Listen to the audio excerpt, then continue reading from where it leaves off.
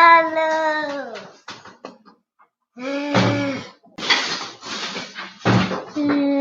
Ooh, who's that? Oh, we're live. Good morning. It's 5 a.m. Mester Scrum. And we have, hey, just say something, but don't blah, blah, blah. Hello. How they say hi, wave to everybody. Hi. Hi. So, again, why we do 5 a.m. Mester Scrum and not 7:20 on a Sunday Mester Scrum. It's called I Got a Second Head right here.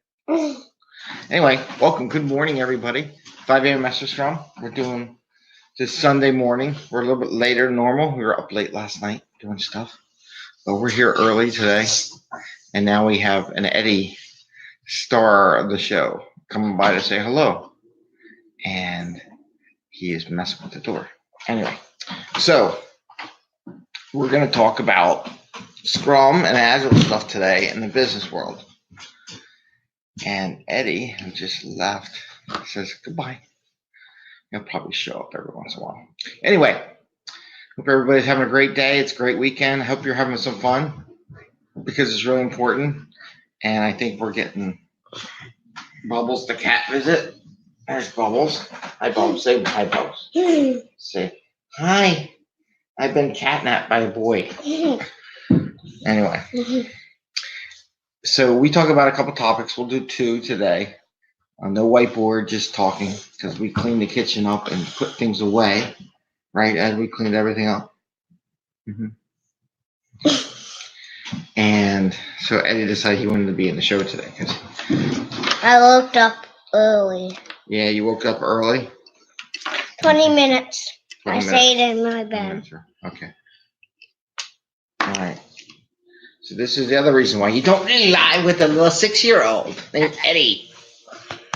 Anyway, talk about two things. Talk about changing 24/7. No, you don't want to do that, Ed. There you go. Is that good? The second sauce. And the second one, we're going to talk about spikes. My spikes are my favorite thing. Second one's better. Second one's better? Okay, so let's quickly talk about 24/7. Are you done? No. No. Okay. You want to come back later when it end? Yeah. Okay. Thanks, Ed. He's going to go play Roblox while we're talking. Anyway. Hi. And we're out. We're going. It's 2:43 and got Eddie entertainment in between. So, good thing to get up at 5 a.m. because there's no one awake and no one here. So we said we're going to talk about change 24/7. A lot of people think when they start Agile or Scrum activities, people are saying, well, we can change all the time now, right? Woo-hoo-hoo-hoo. I did a blog a long time ago about that. And it's really change at a cadence. And this is why we do, at least the other conversation about having a cadence and getting everybody to attend meetings or get involved. When the business people, managers, stakeholders realize your cadence and you do everything by cadence, they respect the cadence, right? So when we do change at every sprint planning session or just before that.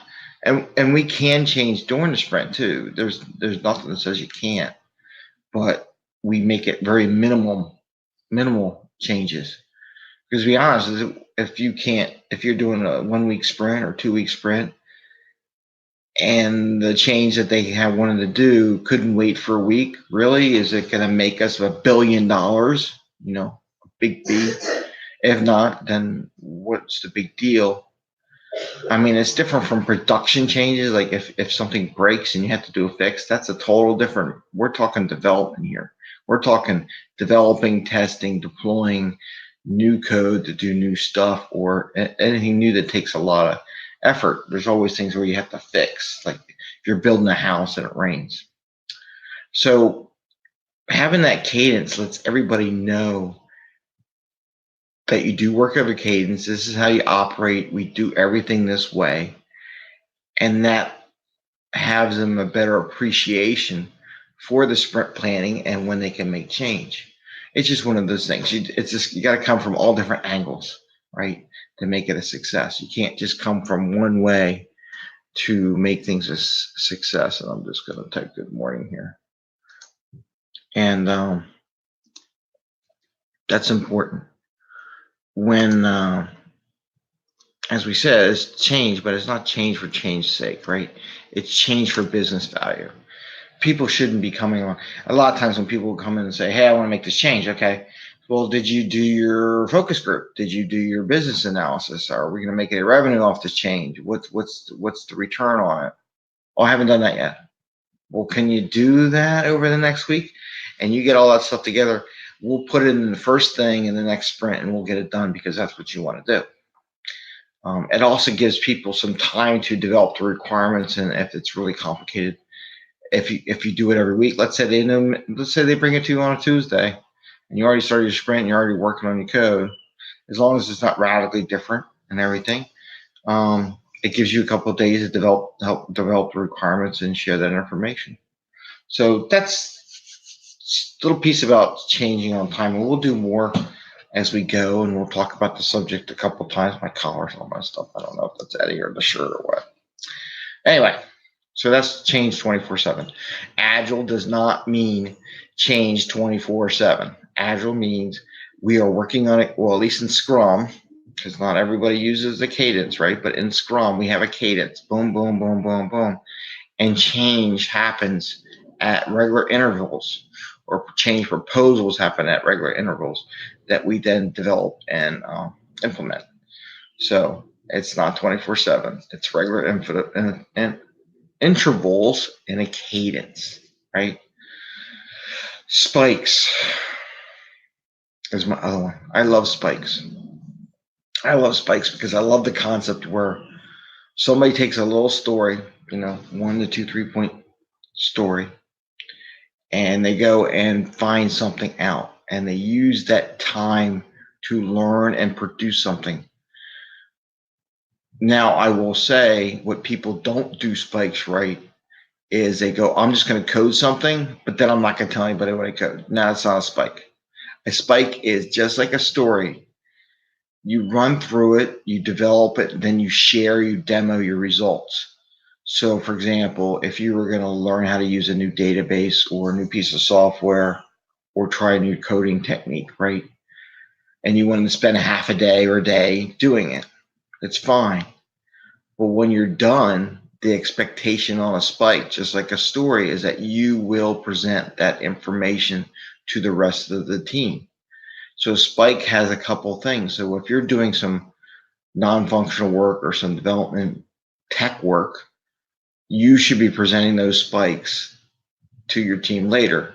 And spikes are supposed to be small, and they're perfectly small. No one should tell you they're doing a spike and it takes a week to get done. That's not a spike. That's something else, right? All a spike is, I'm going to try something. I'm going to get some feedback on it, see if it's really worth doing, right? All you're trying to find out, is it worth doing from a new tech? There's another type of spike where it's maybe a risk reduction spike. And there's more kinds of spike, but I'm just talking about these two. So one is a non-functional. You want it to have value. You want it to be short duration. You want to present it to the team, and you just want to go see how it might work or benefit the team and the business in the long run. So those are the kind of things with that kind of spike. A capability spike is where you might want to find out, I have never connected to this system over here before. So you do a small spike, a little bit of data. You contact people. It should take a day or two, no longer than that. And you send some data and you collect some data. You want to find out how the firewall is going and their security requirements, any risks that are unknown. You collect that information, and maybe the next, either in the sprint or the next sprint, you plan for all your tasking stories, kind of things, what you need to do to actually be successful in the next sprint for that business capability.